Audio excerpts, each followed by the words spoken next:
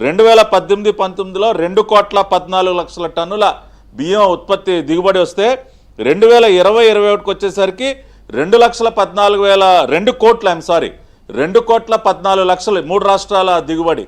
అది 2021కి వచ్చేసరికి 2,27,00,000కి, అంటే కేవలం 13 లక్షలు 3 రాష్ట్రాల మీద కలిపి. కానీ కాకినాడ పోర్ట్ నుంచి ఎగుమతులు 3 సంవత్సరాల్లో జగన్మోహన్ రెడ్డి గారు ముఖ్యమంత్రి అయిన తర్వాత 30 లక్షల టన్నులు పెరిగిపోయింది. అంటే ఇది పక్కాగా పేదవాడి బియ్యాన్ని దొంగలించారని చెప్పి ఇంత డేటాతోనే ఆ రోజున ప్రూవ్ చేసి కాకినాడ వెళ్ళటం జరిగింది. నేను ఇది ప్రణాళికాబద్ధంగా ఏ విధంగా చేశారంటే వీకే గారు, ముందుగా కాకినాడ పోర్టుని కబ్జా చేశారు. అరబిందో పేరుతో విజయసాయిరెడ్డికి స్వయంగా వియంకుడు, ఈ పినాక శరత్చంద్రారెడ్డి ఆ ఢిల్లీ లిక్కర్ స్కామ్లో ఉన్నాడు కదా, ఆ కుటుంబమే ఇది కూడా. విజయసాయిరెడ్డి స్వయంగా వియంకుడు, కాకినాడ అసలు ఆ కుటుంబానికి వాళ్ళకి అరబిందోకి ఈ పోర్టులు అనే బిజినెస్ కానీ దీంతో సంబంధంగా లేదు. అయినా కూడా అరబిందోకి అది ఇచ్చారు కాకినాడ. లేదండి, వాళ్ళు ఫార్మా, వాళ్ళంతా ఫార్మా ఇండస్ట్రీ.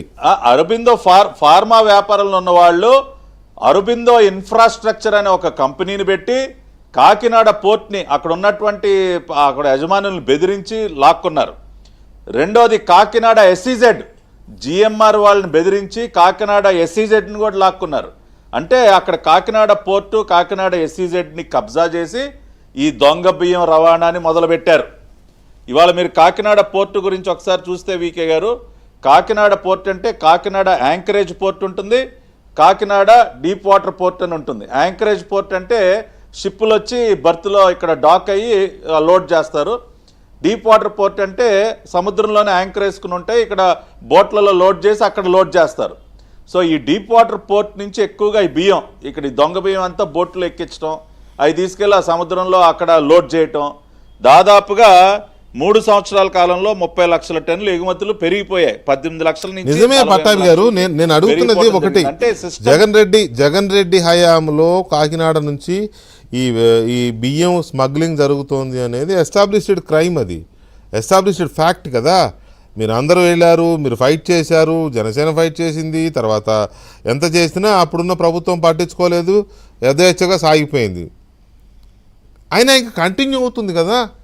ఈ 5 నెలల 6 నెలల కాలంలో ఒక్కడిని ఆపలేకపోయాం అని పవన్ కళ్యాణే చెప్తున్నారు.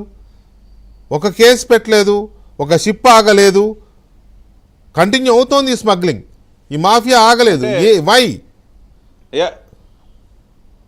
ఇప్పుడు వీకే గారు ఇక్కడ ఒకటి మనం గమనించాలండి, ఈ రైస్ వ్యవహారం ఏదైతే ఉందో, ద్వారంపూడి కుటుంబం రైస్ మిల్లులన్నీ వాళ్ళ కంట్రోలే. Rice mills association president Dwarampudi Chandrasekhar Reddy సోదరుడు. ఈయనేమో మొన్నటి వరకు అక్కడ ఎమ్మెల్యే, ఈయన తండ్రి ఏమో సివిల్ సప్లైస్ కార్పొరేషన్ చైర్మన్.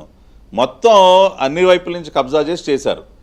మా కూటమి ప్రభుత్వం అధికారంలోకి వచ్చిన తర్వాత కొంతవరకు నాదెండ్ల మనోహర్ గారు వెళ్ళి అక్కడ ఆకస్మిక తనిఖీలు చేయటం, గోడౌన్లో అక్కడ ఉన్నటువంటి బియ్యాన్ని అంతా కూడా పట్టుకోవటం, ఇవన్నీ చేసి కట్టడి చేసే ప్రయత్నాన్ని గట్టిగా ప్రారంభించారు. కాకపోతే ఇక్కడ మనం గమనించాల్సింది, వాళ్ళ పవన్ కళ్యాణ్ గారు కూడా ఆ పర్యటనలోకి వెళ్ళి అక్కడ ఆయన మాట్లాడినటువంటి మాటలు నేను కూడా విన్నాను. దీని వెనుక చాలా పెద్ద ఇంటర్నేషనల్ స్మగ్లింగ్ మాఫియా ఉంది. నన్ను ఒక డిప్యూటీ సీఎం అనేటువంటి, రాష్ట్రానికి డిప్యూటీ సీఎం అనేటువంటి వ్యక్తినే చాలా రకాలుగా అడ్డుకునే ప్రయత్నాలు జరిగాయి, ఇది మామూలు మాఫియా కాదు అని ఆయన బోట్లో వెళుతూ